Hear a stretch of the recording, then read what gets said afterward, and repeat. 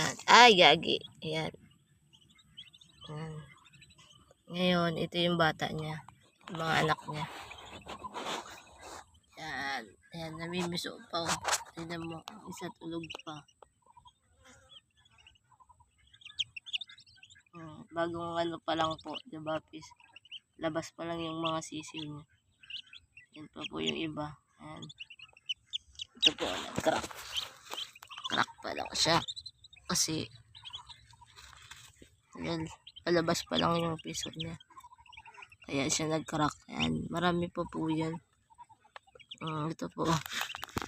Tignan nyo. Labas pa lang siya sa shell. Look, naglabas pa lang po siya sa shell. Ayan na. Nasa shell pa lang. Ayan. Sila na po yung kusa.